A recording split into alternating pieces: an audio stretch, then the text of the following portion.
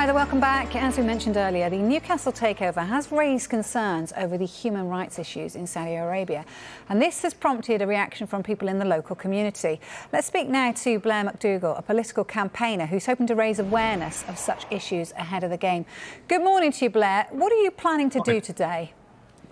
So today we will have a poster van touring around St James's Park and around the centre of Newcastle, and it will highlight one particular case, the case of murdered journalist Jamal Khashoggi, who was killed by and on the orders of Mohammed bin Salman, who now has taken a controlling stake in the club.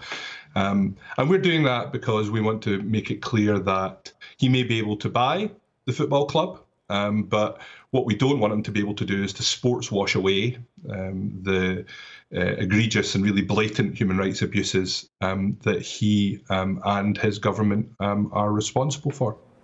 Obviously, that's something they deny. Look, Jurgen Klopp publicly voiced his concerns. The chief executive, Richard Masters, has spoken to the 19 other Premier League clubs as well to discuss their concerns. Are you surprised that other people didn't come out publicly this week?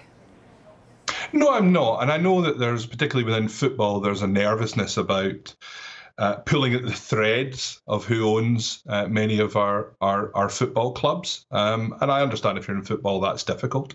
I'm not in football. I'm an activist. I'm a supporter of human rights. And I think many Newcastle fans have got in contact with me to say, well, why are you focusing on this club? But others have got in touch to say thank you, to say, look, we're proud of our club. We're delighted to have got rid of Mike Ashley, but we do not want our club to be associated with the crimes of this regime and this man in particular.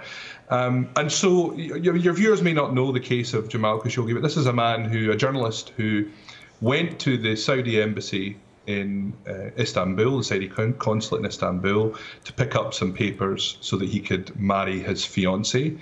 And he never came out.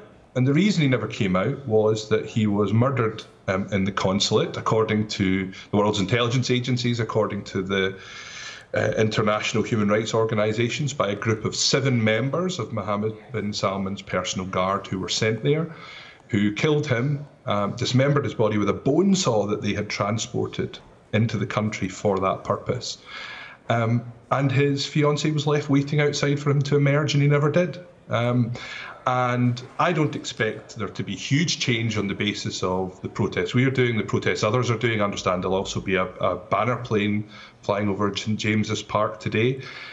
We might not be able to change the ownership, we might not be able to seriously challenge it, but what we can do is make sure that people like Jamal Khashoggi, like the gay people in Saudi Arabia, like women in Saudi Arabia who suffer as a result of the new owners of Newcastle United are not forgotten.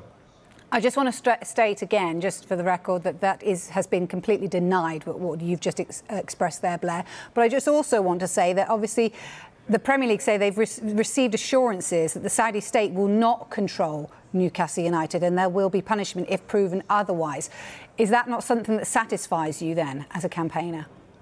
So the Public Investment Fund, which has taken control of Newcastle United, is chaired by Crown Prince bin Salman.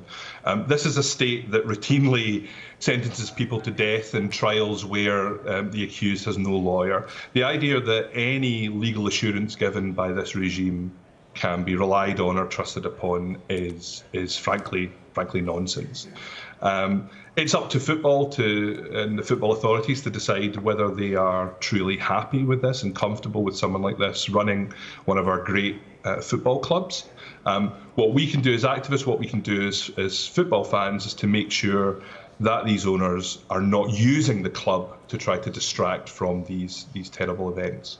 OK, Blair, it's really good to get your thoughts today. Thank you very much for joining us. Thank you so much.